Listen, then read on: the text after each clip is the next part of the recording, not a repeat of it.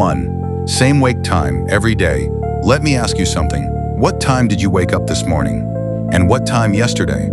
Most students don't have an answer. Because they don't have a time, they have a mood. They sleep when they're tired enough. They wake when they can't sleep anymore. And then they spend the first 2 hours of the day wondering why their brain feels like wet cement. Here's what's happening underneath that. Your brain doesn't run on motivation. It runs on rhythm, biological rhythm, circadian rhythm. And every time you go to sleep at a different hour and wake at a random one, you are breaking that rhythm, not just for that day, but for the cycle that follows it.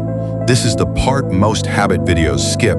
Pick one time, not the ideal time. Not 4 a.m. because some YouTube channel told you that's what winners do. One time that you can repeat 365 days without negotiation, because consistency at a moderate hour destroys randomness at a perfect one. Every single time. The way your day begins is not random.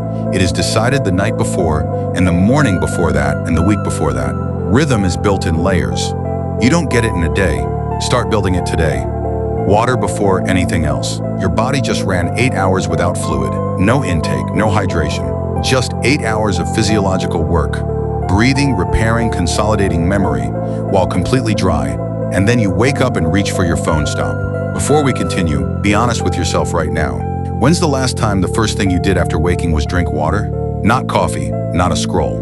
Water. Here's the biology. Dehydration, even mild dehydration, even the kind you don't feel, reduces cognitive performance measurably. Your concentration drops, your reaction time slows, your mood flatlines, and you spend the morning wondering why focusing feels like trying to see through fog. The fix is one glass, not a supplement, not a biohack. One glass of plain water within 5 minutes of waking. That single act rehydrates your cells, kickstarts your metabolism, and signals to your nervous system that the day has begun. Sharpness doesn't come from motivation. It comes from a machine that's been properly fueled. Fuel it first, Move your body, every morning. No exceptions. This is not a fitness tip. This is about how your brain wakes up. Most students sit down to study with a body that hasn't moved, blood that hasn't circulated, and a mind that's still operating at 40% capacity, and then they blame themselves for not being able to focus.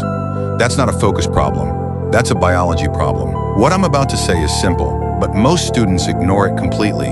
Movement, 10 minutes of it, 5 minutes of it, increases blood flow to the prefrontal cortex.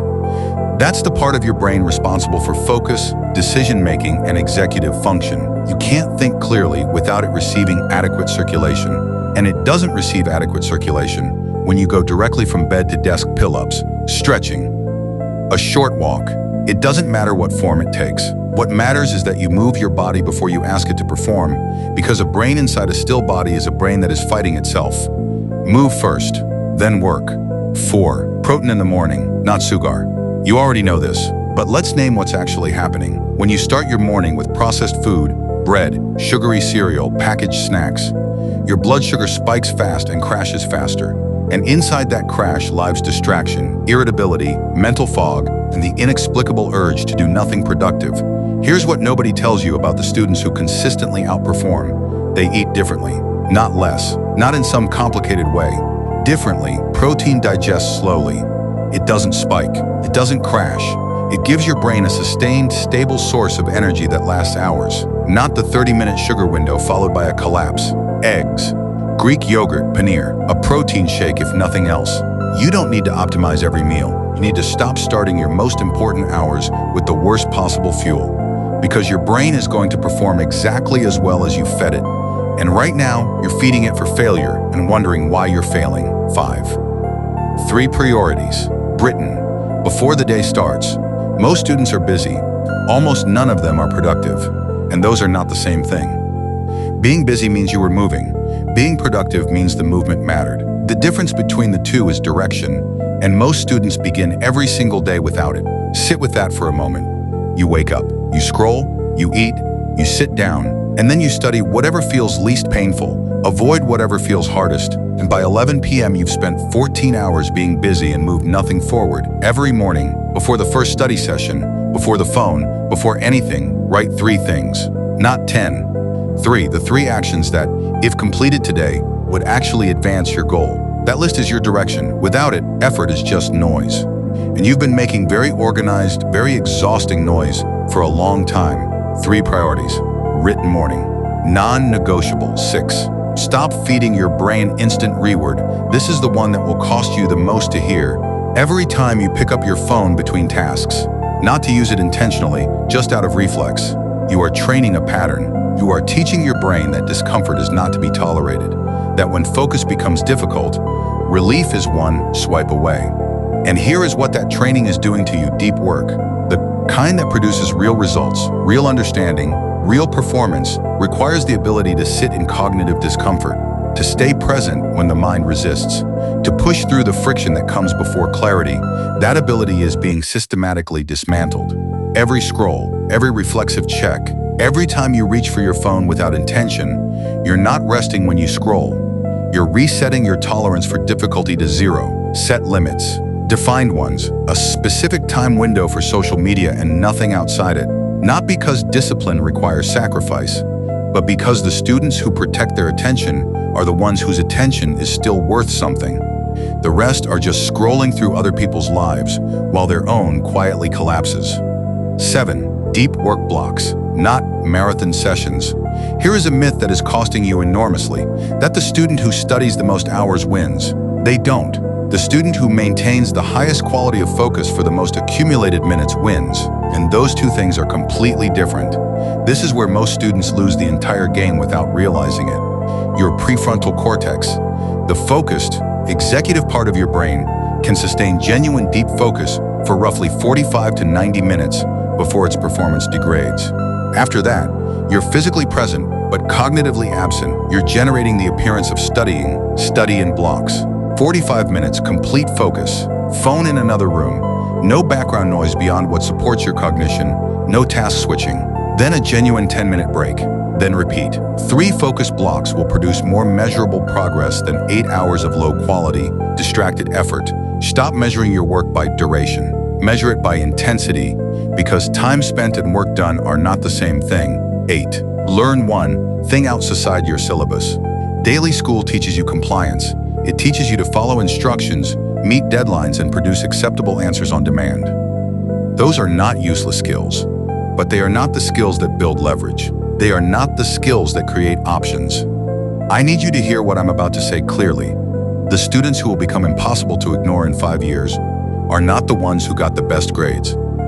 They're the ones who, while studying for exams, were also quietly building something else, a skill, a language, an ability that the system doesn't issue a certificate for: video editing, public speaking, programming, AI tools, writing, a second language, 1 hour per day, every day, on something that compounds outside the classroom because school gives you a credential, skills give you a direction, and 1 hour per day across 4 years is 1,400 hours. That's mastery, built quietly while everyone else was only studying to pass 9. Review your notes before sleep. Your brain is not a hard drive. It doesn't store everything it encounters. It stores what it determines is worth keeping, and it makes that determination based largely on repetition and recency. Information that appears once without reinforcement begins degrading within hours. This is why most students feel like they studied but remember nothing. They studied. They just never reinforced what they learned before the degradation cycle began. 10 minutes before sleep, review what you covered that day. Not a full reread, a pass, a scan, enough to signal to your consolidation system, which runs during deep sleep, that this material is worth keeping. Toppers don't have better memory than you. They have better systems for reinforcing what they learn before their brain deletes it. Build the system, 10 minutes. Before bed, every night, 10. Protect your sleep. Like your life, depends on it because your performance does not recovery. Sleep is construction. During deep sleep, specifically the slow wave and REM cycles, your brain consolidates everything you learned, repairs the neural connections stressed during focus, clears the metabolic waste that accumulates during cognitive work, and rebuilds the chemical foundation of your focus, mood, and willpower for the next day. And most students are destroying this process entirely. Late screens, inconsistent schedules, sacrificing sleep to study, which is the equivalent of filling a bucket while leaving the drain open.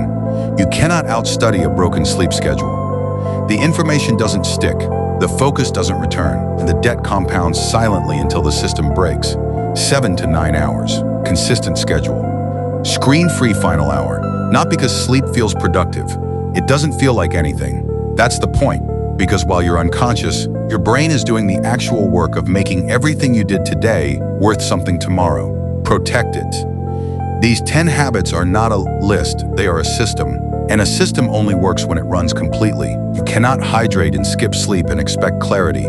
You cannot do deep work blocks and destroy your mornings with random wake times and expect consistency. Every piece connects. Every piece matters. The version of you that is capable of what you're reaching for. That version isn't built in one session. They are built here. In the small, repeated, invisible choices that no one else sees. The way you wake, the way you fuel, the way you protect your focus, the way you close your day. All of it, quietly, cumulatively, builds the person you are becoming. So stop treating these as optional. They are the architecture, and the architecture is the work.